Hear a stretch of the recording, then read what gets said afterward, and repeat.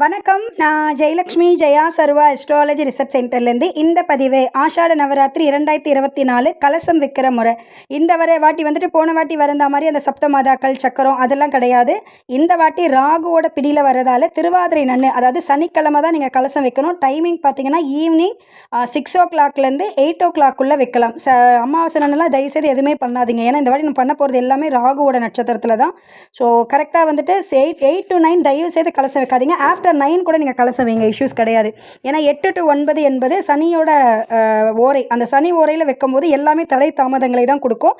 தயவு செய்து முடிஞ்ச அளவுக்கு 6 to 8 அப்படி இல்லைனா ஆஃப்டர் 9 to 12 வரைக்கும் கூட நீங்கள் கலசம் வைங்க, பிரச்சனை கிடையாது. சரியா? ஸோ கலசம் வச்சுட்டு பூஜையை ஸ்டார்ட் பண்ணுங்கள். என்னெல்லாம் பண்ணணும் கலசத்துக்காக அப்படின்னு பார்த்தீங்கன்னா, ஒரு வாழை இலை விரிச்சிருங்க. வாழை இலையில் பச்சரிசியை போட்டுட்டு பச்சரிசி மேலே தான் சொம்பு வைக்கணும்.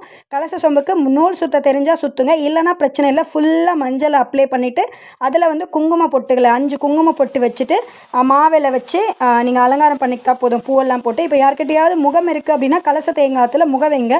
அப்படி இல்லைனா வெறும் கலச தேங்காய் வச்சு கலச தேங்காய் கூட ஃபுல்லாக மஞ்சள் போட்டு அம்மாவோட உருவம் வரையலாம். இல்லை வந்துட்டு சேம் இப்போ எப்படி நம்ம கலச சொம்புக்கு வந்துட்டு மஞ்சள் தடவிட்டு அப்ளை பண்ணிவிட்டு குங்குமம் போட்டு வைக்கிறோமோ அதே மாதிரி கலச தேங்காய்க்கு வச்சுருங்க. அடுத்தது பார்த்தீங்கன்னா, இந்த கலச தேங்காயுமே வந்து மட்டை தேங்காயும் வைக்கலாம். நீங்கள் தனியாக அந்த நாராக இருக்கக்கூடிய அந்த கலச தேங்காய்னு வைப்பாங்க, அதையுமே வைக்கலாம். எது வச்சாலும் அப்ளிகபிள் தான். ஸோ என்னெல்லாம் பண்ணணும் அப்படின்னா வந்து 10 விதமான பொருட்களை வந்துட்டு அந்த கலச நீருக்குள்ளே வந்து நம்ம சேர்க்க போகிறோம். முதல்ல வந்து தண்ணீர் சேருங்க. முடிஞ்ச அளவுக்கு வந்துட்டு 1 லிட்டர் பன்னீரை அதில் கொட்டிடுங்க. ஸோ அப்போ வந்து நல்லாயிருக்கும், அந்த ஈக்குவலாக இருக்கும்போது அந்த வாசனை நல்லாயிருக்கும். ஸோ ராகுனாலே கொஞ்சம் வாசனையாக இருக்கணும், அதுக்காக தான். ஸோ தண்ணீர், பன்னீர், அதுக்கப்புறம் வந்துட்டு சப்போஸ் பன்னீர் கிடைக்கலனா ரோஸ் வாட்டரும் அக்செப்டடு தான். அடுத்தது வந்து அதில் ஜவ்வாது போடுங்க. அப்புறம் வந்துட்டு மஞ்சள் வந்து கஸ்தூரி மஞ்சளாகவும் இருக்கலாம், சாதா மஞ்சளாகவும் இருக்கலாம், இஷ்யூஸ் கிடையாது. அதில் வந்து பூக்கள், இந்த மல்லிப்பூ, ரோஜா பூ, அது மாதிரி பூக்களை வந்து அதுக்குள்ளே போடுங்க. சில கொஞ்சம் ஒரு மாதிரி அந்த அழுகிற மாதிரி இருக்க பூக்களை தயவுசெய்து போடாதீங்க. இந்த 2 விதமான பூக்களை போடுங்க. அடுத்தது வந்துட்டு ஏலக்காய் போடுங்க. இதெல்லாம் எத்தனைங்கிறதுனால சும்மா ஒரு 1 2 போட்டாலும் பரவாயில்ல. பச்சை கற்பூரம் அதில் போடுங்க. அதுக்கப்புறம் வந்து லவங்கம்னு சொல்லுவாங்க. அந்த லவங்கத்தை வந்துட்டு முழுசாக போடாமல் கொஞ்சம் அப்படி நசுக்குனா மாதிரி போடுங்க. அது கொஞ்சம் அந்த வாசனை வந்து இதெல்லாம் வந்துட்டு ராகுக்கு பிடிச்ச விஷயங்கள்.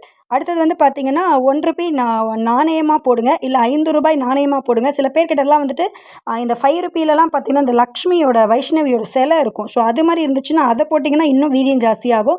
சப்போஸ் நான் வந்துட்டு வெள்ளியில் வந்து காயின் வச்சுருக்கேன், லக்ஷ்மி காயின், கோல்டில் லக்ஷ்மி காயின், மகாலட்சுமி போட்டு நம்ம அந்த காயினாக வச்சுருப்பீங்க நிறைய பேர். ஸோ அந்த மாதிரி காயினை போட்டால் கூட பாசிட்டிவ். ஏன்னா ராகுக்கு வந்து எவ்வளோ போட்டாலும் பத்தாது.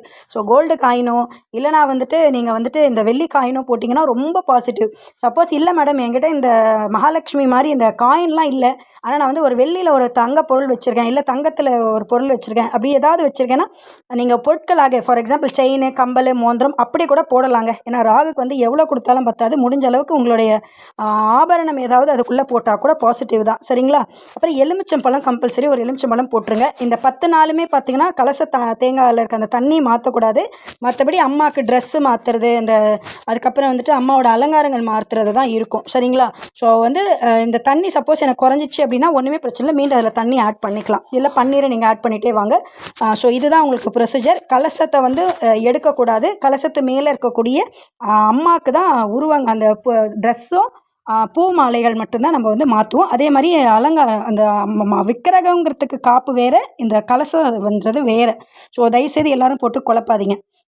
10வது நாள் முடிஞ்சு செவ்வாய்க்கிழமை காலையில் தான் இந்த கலசத்தெல்லாம் நம்ம கலைச்சி ஊற்றி விடுவோம் செடியில், இல்லை நம்ம வீட்டில் தெளிக்கிறது, அந்த ப்ரொசீஜர் எல்லாம். சரிங்களா? ஸோ இதுதான் கலசம் வைக்கிற முறை. தயவுசெய்து சக்கரம் வரைகிறேன், அதை வைக்கிறேன், லாஸ்ட் இயர் தான் ஃபாலோ பண்ணாதீங்க. அதே மாதிரி யாரெல்லாம் வந்து குப்த ரகசிய வழிபாடு உபாசனை வாங்கிக்கிறீங்களோ தயவு செய்து இந்த வீடியோஸ் எதையுமே ஃபாலோ பண்ணாதீங்க.